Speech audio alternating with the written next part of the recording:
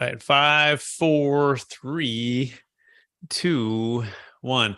Welcome to another episode of the Capital Gains Tax Solutions podcast, where we believe most high net worth individuals and those who help them, they struggle with clarifying their capital gains tax deferral options. Not having a clear plan is the enemy, and using a proven tax deferral strategy, such as the Deferred Sales Trust, is an amazing way for you to exit highly appreciated businesses, real estate, cryptocurrency, defer millions of tax so you can create and preserve more wealth or help your clients, friends, and family do the same. And we're also streaming on expert CRE secrets for those out there listening. Thank you for joining us. Hey, I'm your host, Brett Swarts. In each episode, I'm joined by some of the best real estate, financial, wealth, and leadership minds in the world, where they share their ideas, deal stories, and inspirations. So together we can make complex tax deferral strategies simple and passive income plans achievable. I'm excited about our next guest. He's out of Raleigh, North Carolina. He's a national and international keynote speaker, business coach, business consultant, brand ambassador, and he's also the podcast host of the Get Authentic with Marcus show, which is globally ranked in the top 2% of most listened to podcasts, and so much more. Please welcome show with me, Marcus Ogden. Marcus, how you doing? Doing well, Brett. How are you, sir? Hey, better than I deserve. Glad to have you on the show. For our listeners getting to know you for the first time, would you give us a little bit more about your story and your current focus? Yeah, so I'm from Washington, D.C. I live now in Raleigh, North Carolina with my wife and my two daughters. I am a national keynote speaker, executive coach, consultant, podcast host, best-selling author. I played in the National Football League for almost 6 years. I got out of football, struggled with transition. I became an alcoholic, had depression issues, all these different things. And then I got into construction, built one of the largest African-American owned subcontracting company in the city of Baltimore, in the state of Maryland for 2 years, in site work, earthwork, utilities. We were crushing it. But because I didn't do a good job of planning, money management, my ego, making bad decisions, I lost everything I owned in 2013. And I had to move to Raleigh to start my life all over again. Wow, so much there. Before we go into the topic at hand, which is 5 things you need to be in order to be a highly effective leader, I want to take one other step back, Marcus. And I want to go back maybe to the high school days or the earlier days. I believe we've all been given certain gifts in this life, and these gifts have been given to us to be a blessing and help to others. So I'm curious, what are those 1 or 2 gifts that you believe you were given, and how does that help how you help and bless people today? So I would say my first gift is I'm a giver. I always give people my time, resources, my efforts. I'm always about helping others get to where they want to go. And another thing that I've been blessed with, I would say, is the ability to connect with people. One of the biggest things that Aristotle talked about is being able to connect with people emotionally. And I've been able to really do that. And that's something that I really take a lot of pride in, because that's how my father was. My father worked in investment banking.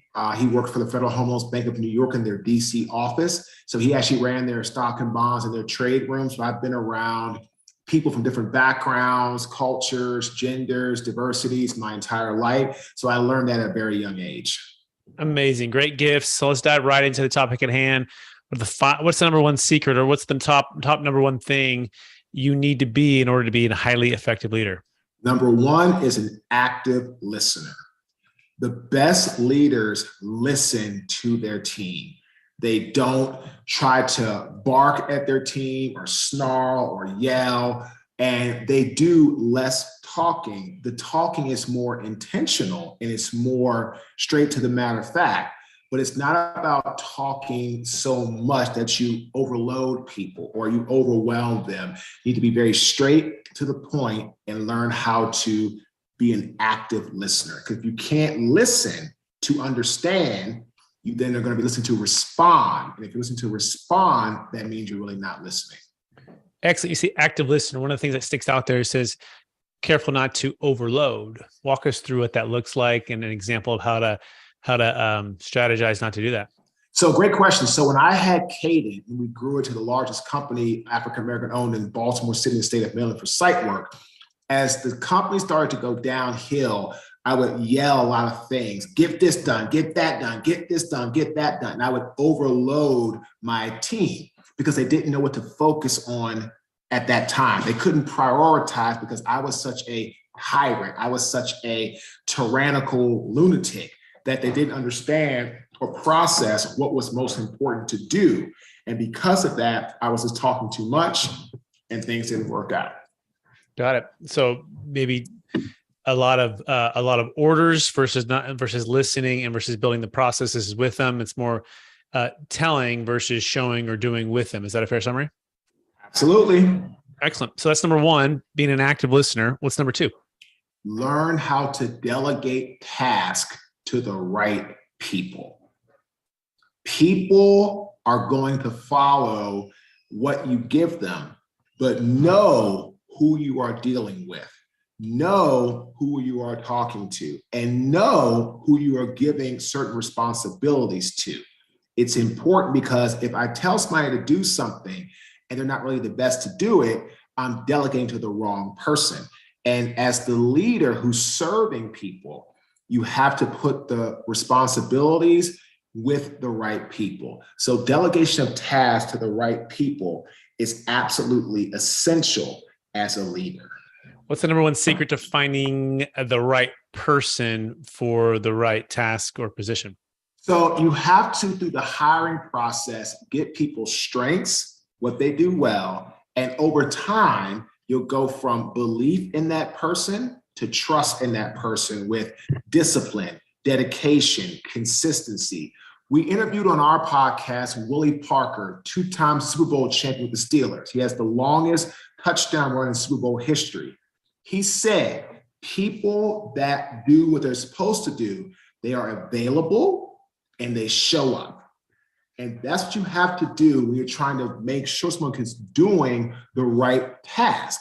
Are they available? Are they going to show up? And do they have the competency to go along with it? So it comes, in my opinion, Brett, from just over time, consistency, and then developing that congruency that you're showing up at all times to get what needs to be done correctly.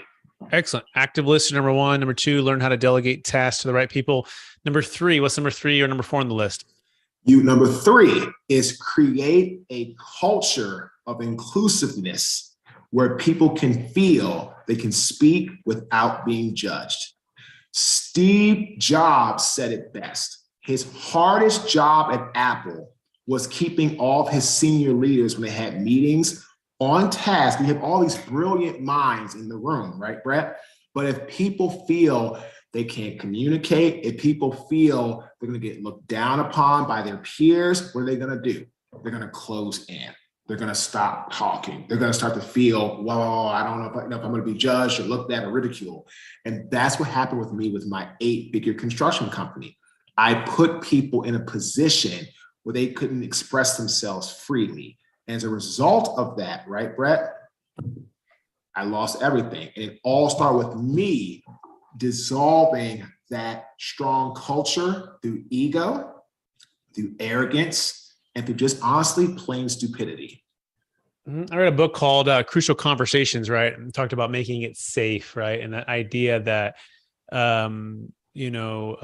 approaching situations with curiosity and open-mindedness and not assuming you have the facts. In fact, just the opposite, assuming you don't have the facts and asking good questions to help bring out good answers, right? And oftentimes the team members are those that are closest to the problem.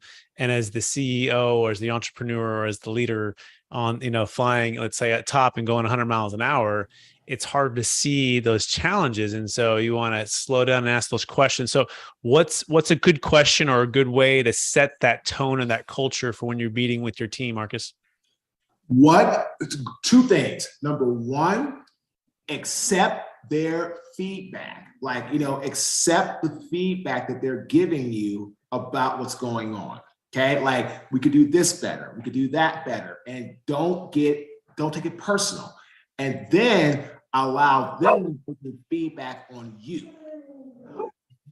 That's huge because people want to be able to talk to leadership and give them constructive feedback so they can get better. Take me, for example. Right now, I'm working with our team to get more automated, more digitized. One of my clients said it best. If you have a business and you have to have your hands on all the business, right? Like every aspect of it, that's not a very bankable or a lot of times a sellable brand. And you need to get digitized. You need to get more automated. And we're doing that right now. And I am taking the feedback from the team on how to do that better. I'm also taking feedback from the team on how I can do better and not feel overwhelmed or feel, in a panic mode because I'm doing something out of my comfort zone. So again, asking for feedback overall and then getting feedback on your performance as a leader is very important. Excellent. Fantastic. So active listener, number one. Number two, learn how to delegate tasks to the right people. Number three, create a culture of inclusiveness and where people can feel like they could speak without feeling judged, making it safe. What is number four, Marcus? Learning how to tap into your subconscious. There's the subconscious mindset and there's the conscious mindset. The conscious mindset was designed and created for survival. It was created to do just enough to get by. Work this job, do that, do this, pay your bills, don't step out of your comfort zone. Great quote by Jonah Hill, the actor. The comfort zone is where dreams go to die. So the conscious mind, again, for example, when I was moved to Raleigh, I got into football coaching. The conscious mind was telling me, Marcus, stay there. Just keep coaching football, go to college, this, that. Do your football camps, do your training. That was the safe place for my mind because it's like, pay your bills, take care of your responsibilities, do all these things. Leaders have to tap into their subconscious mindset, AKA your superconscious or your superpower. If you can get there, you can break down up to 40 million bits of information in a matter of seconds. But to get there, you have to remove all self-doubt. You have to remove what we call that potential avalanche theory. People saying you don't do this well, you don't do that well, and you start to take in all that negativity and it starts to cloud your judgment. To get to your subconscious, you have to visualize, you have to have belief in yourself, and you have to let it go to the universe. And so great leaders that tap into their subconscious and can get others to tap into their subconscious, those are the leaders that I feel are going to be destined for greatness. That is incredible. Yeah. And I've heard 95% of everything we do is subconscious, meaning it's the habits we built up over time and the thought patterns and the actions. And in other words, we're not even thinking about it, like, when we get up and our things that we go through. And yet we want to try to spend our time and energy on that 5%, but realize that 95% is kind of already predetermined. So if we can focus on working on the subconscious, it can actually has the biggest effect. Any thoughts on that, Marcus? Yeah, absolutely. I mean, it's like you need to focus on how you are going to do the 5 to get to the 95. And it's like, if you focus on where it matters and what's happening and how we progress, this is how you can get into being a great leader. You can get into getting the right people. Because here, great leaders also bring around the right help. Like that's the key, because it's a great quote. The human mind is designed to do a lot of things. It's not designed to do everything. So when you learn that and you live by that, that's when life, I feel, gets to its greatest. Fantastic. What's number 5, Marcus? Oh, oops, sorry about that. And number 5, and this is a huge one for leaders, realizing that mindset is more important than execution, which means if you don't have a strong mindset, if you don't have the right foundational building blocks for you and your brand and your team, the execution more than likely will be poor. And I have a tattoo on my forearm, one on my right, one on my left. Mindset is on my right arm, matters is on my left, because mindset matters. And if you don't have, again, the right mindset, the execution more than likely will be poor. Big stress event, something goes wrong, something you get hurt or something happens, right? Maybe in the NFL or whenever you were working in business. What's the number one habit you practice to try to get your mindset back in the place it should be versus maybe where it shouldn't be? I learned how to try to balance my chi. It's a Far East term about it's your life balance. So if things were going bad, try to pick myself up. If things were going really good, don't get too high. When you have proper balance with your chi, you're able to execute and have good meditation, have good performance, and you're able to optimize what you're trying to do. And this is why I tell people all the time, it's all about who you surround yourself with. And again, I'm looking at our brand, like we got a great internal manager, a great website person, great trademark and patent person, great videographers, great external manager, PR person, great marketing person. And all they've done is elevate me and my chi and my ability to do what I need to do. And that's why they push me out of my comfort zone and they get me to stretch and get me to have balance where I'm like, thankful for this. Okay, now let's go do this. Okay, you've got this done, be thankful, but let's go do that. And that's all part of the process. Excellent. Having a team to help you, and also being self-aware of where you're at, too high or too low, knowing the things to counteract that to get yourself back in a balance. Is that a fair summary? Absolutely. Amazing. So Marcus, we're going to shift a little bit. We talk a little bit about investments in capital gains tax and ways to save a failed 1031 exchanges or when you're exiting businesses, people have a huge tax. So I'm curious. I don't know if you've done 1031 exchanges, investment real estate, but the 1031 exchanges can be kind of a tight timetable. So I'm curious, what's the biggest frustration you've seen when it comes to entrepreneurs or business owners or real estate owners when they're exiting when it comes to capital gains tax challenges? Oh, it's they don't understand all the rules and all of the things you have to deal with. And this is why people like Brett and what he does, again, you hire the experts, okay? If I'm trying to sell a business, get to their exchange, pull money at my house, do all these different things, I'm not an expert in capital gains tax. I don't know what the hell, I don't know. So why would I try to do something myself without an expert? Like as a great quote, experts create wealth. So when you learn this and you live by this is what it takes. You have to invest to create wealth. I spend about $4,000 a month on my team for help. Without them, I'm not making 20, 30, sometimes 40 grand a month with what I'm doing. Because they are the experts creating documents, doing this, doing that. If I'm doing all that stuff right, Brett, I'm not utilizing, like you said earlier, my God-given talent. So people are frustrated because they don't know the rules. I mean, somebody told me, well, Mark, if you buy a property, you can keep it for 2 years, you don't have to pay capital gains tax. Potentially, that's awesome. I didn't know that. A lot of people don't know that. They buy something, oh, Mark said, let me sell. Like, okay, sold me $100,000, and see they get a tax bill. What is this? $30,000. Where did this come from? Well, did you follow the rules? Did you call Brett? Did you find out what you need to get done? No. Well, then, there you go. It's a $30,000 mistake. And I tell you what, Uncle Sam, I don't care how much money you have, you will never, ever.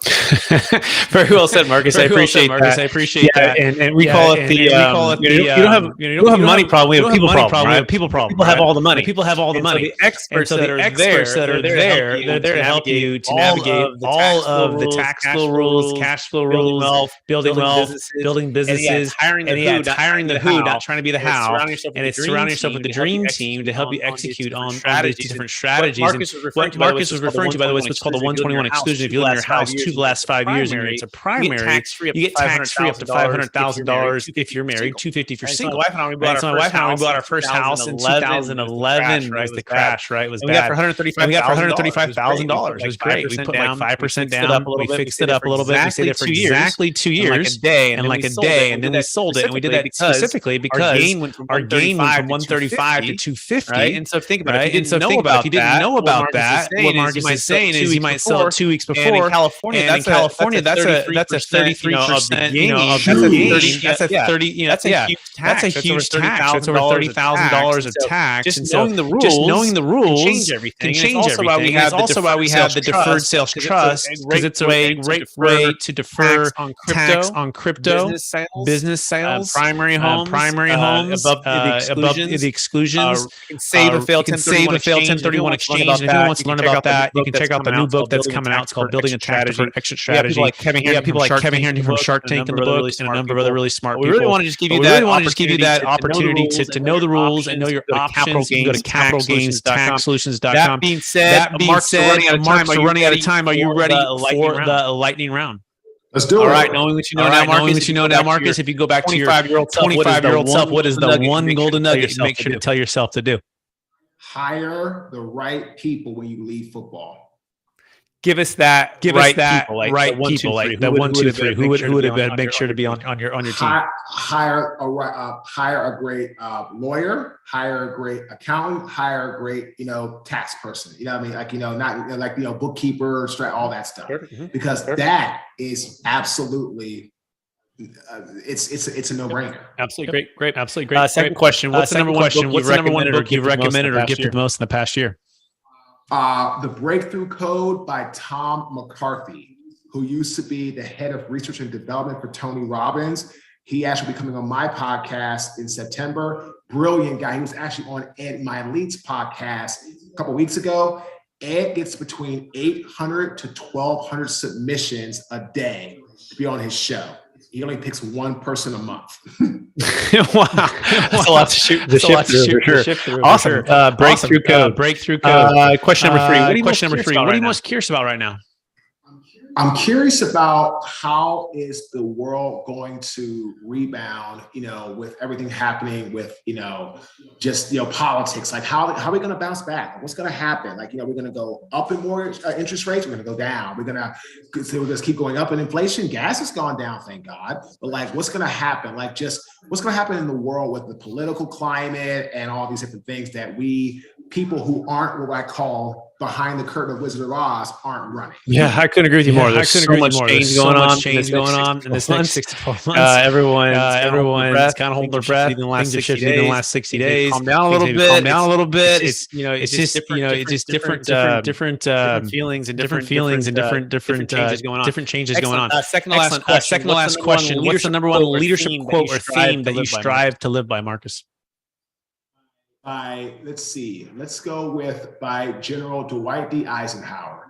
Leadership is the art of getting people to do what you want done because they want to do it. I love that. That's really great. Last question, Marcus.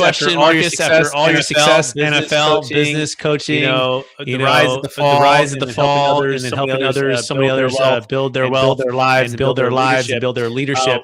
What's the number one practice that you try to do every day or every week to stay centered in your values and stay encouraged to charge forward, take new heights, or take on new goals? Always be humble. And I go with it from this approach. Set a goal, achieve a goal, set a new goal. With Caden, I set a goal, I achieved a goal, and I stopped. And I went bankrupt. And it cost me everything. Never again will that happen. Again, set a goal, achieve a goal, set a new goal. Excellent. Love it. Marcus, thank you for being on the show, sharing so much wisdom in a short period of time. I want to encourage you to keep using your gifts that you've been given to bless and help others grow as leaders, grow as business owners, grow their wealth, and also the gift of emotionally connecting with people. I feel like you connected with myself and the audience in an amazing way. Our listeners want to get in touch with you. Can you remind them or let them know what's the best place for them to find you? Sure, and go to our website, www.marcus, MARQUES, Ogden, OGDEN.com, or shoot me an email, marcus@marcusogden.com. We love to connect with you. Amazing. Thanks, Marcus. I also want to thank our listeners for listening to the episode of the Capital Gains Tax Solutions podcast, also streaming expert CRE secrets. We believe most high net worth individuals and those who help them to struggle with clarifying their capital gains tax deferral options. Not having a clear plan is the enemy, and using a proven tax deferral strategy such as the Deferred Sales Trust. Either hiring someone like Marcus Ogden to help you level up on your business and on your leadership is an amazing way to create and preserve more wealth. If we can help you at all, save a failed 1031 exchange or plan your exit really smart, you can go to capitalgainstaxsolutions.com to get started on your no-cost consultation with the Deferred Sales Trust. Again, look for the new book. It's coming out on Amazon, Building a Tax Exit Strategy. And we're calling it the Proven Playbook for unlocking your ideal wealth plan when selling assets of any kind for yourself or your clients. Again, cryptocurrency, business, primary homes, real estate, works for stock, works for NFTs. So when you exit, you want to plan because about 25 to 50% is going to be wiped out by capital gains tax and depreciation recapture. So it's so important to be working with professionals who can help you, and we would love that opportunity to serve you for that exit. So we so appreciate you watching this. Please rate, review, subscribe. Please hit the little like button if you're on YouTube that you're seeing this. It helps the algorithm to show us to